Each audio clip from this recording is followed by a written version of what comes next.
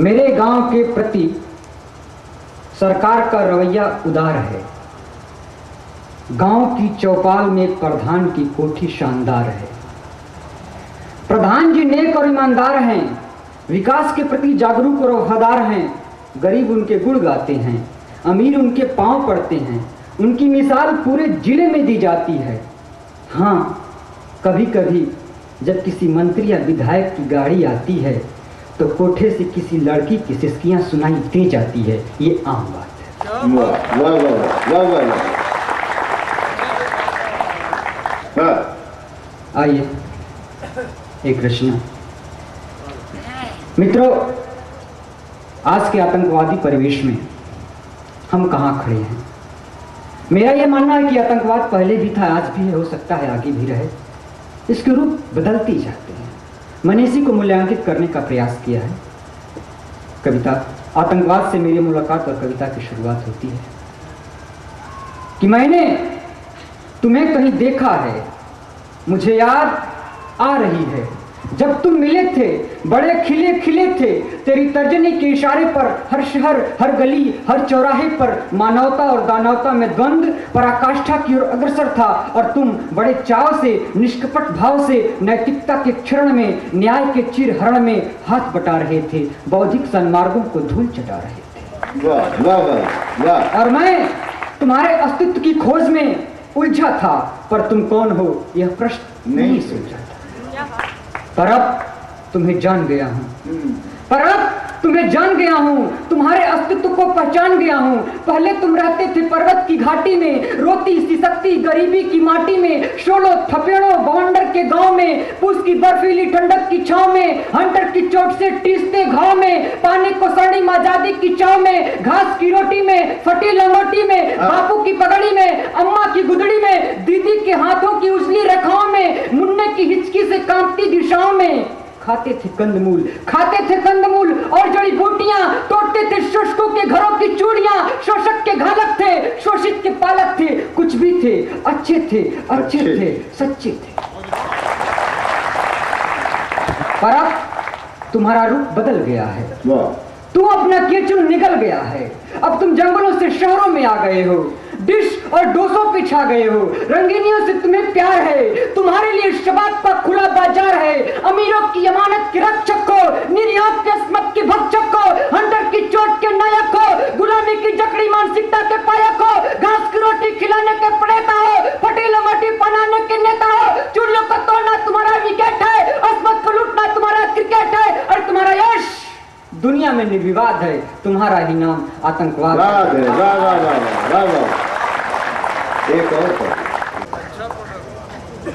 मैं खानदानी सफेदपोश हूं। सबसे पहले मेरे ही दादा के दादा ने अपने बेटे की शादी में 10 लाख नकद दहेज लिया था। ऊपर से 10 किलो सोना पाने का पुरजोर प्रयास किया था, और न मिलने पर शादी के 1 माह बाद ही बहू को जिंदा जलाया था और मर्डर से होने का रजिस्ट्रेशन कराया था। वाह। तब उनके समधी ने दहेज हत्या का मुकदमा किया था। जिला जज ने आजीवन कारावास दिया था। हाई कोर्ट ने मौत की सजा दी थी। तब मेरे दादा के दादा ने सुप्रीम कोर्ट के जज को पटा ली थी और उसने बाइज्जत बरी किया था और संवेदनशील जज होने का प्रमाण दिया था। मैं खानदानी सफेदपोश, बड़ा अच्छा खानदान। आपको जलन न होवे। सन 47 में भारत पाक बंटवारा कराने के लिए, हिंदू मुस्लिम दंगे भड़काने के लिए हजारों हिंदू मुसलमानों का कत्ल कराने वाले, हिंदू मुस्लिम संस्कृत सौहार्द को लहू में डुबोने वाले वीर धीर गंभीर पुरुष जो स्वतंत्र भारत में प्रधानमंत्री कार्यालय में मुख्य सचिव बने थे, वो कोई और नहीं, मेरे चाचा के चाचा ही थे। मैं खानदानी सफेदपोश हूं। ओसामा बिन लादेन अपने को बहुत लगाता है, अमेरिका जैसे राष्ट्र को उंगलियों पे नचाता है, परंतु जब भी मेरे मामा के सामने आता है भींगी बिल्ली बन जाता है। एक बार भूटान पुलिस ने उसकी एनकाउंटर की योजना बनाई थी, तब मेरे मामा ने ही उसकी जान बचाई थी। उसकी प्रतिभा को महसूस किया था और मुल्ला उमर को आदेश देकर तालिबान का गठन कर लादेन को प्रशिक्षित किया था। आज भी लादेन बकरीद के मौके पर सफेद हिरन का गोश्त भेजना नहीं भूलता है, जिसे मेरा पूरा परिवार चाव से खाता है।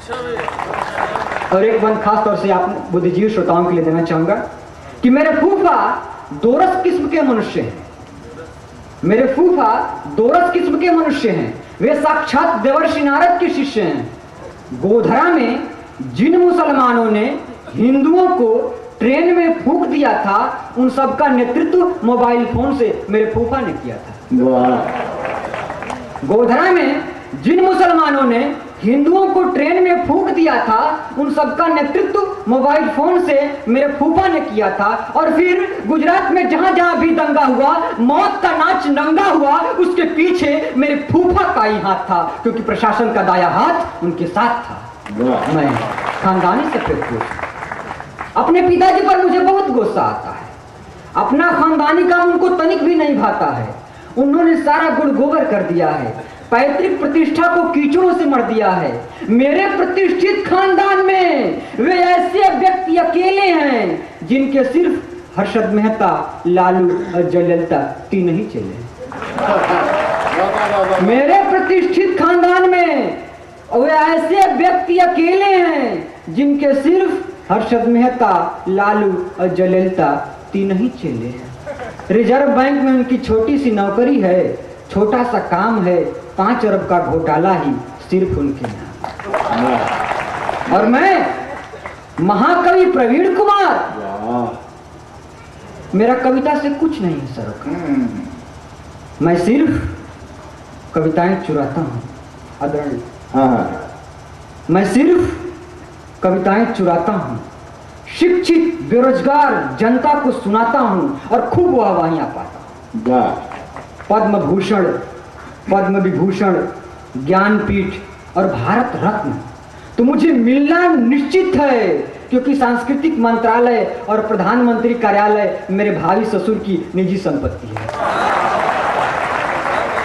पद्म भूषण, पद्म विभूषण, ज्ञानपीठ और भारत रत्न तो मुझे मिलना निश्चित है, क्योंकि सांस्कृतिक मंत्रालय और प्रधानमंत्री कार्यालय मेरे भावी ससुर की निजी संपत्ति है। और साहित्य नोबेल पुरस्कार तो मुझे मिलना ही मिलना है, क्योंकि मैं खानदानी संत। वाह वाह वाह।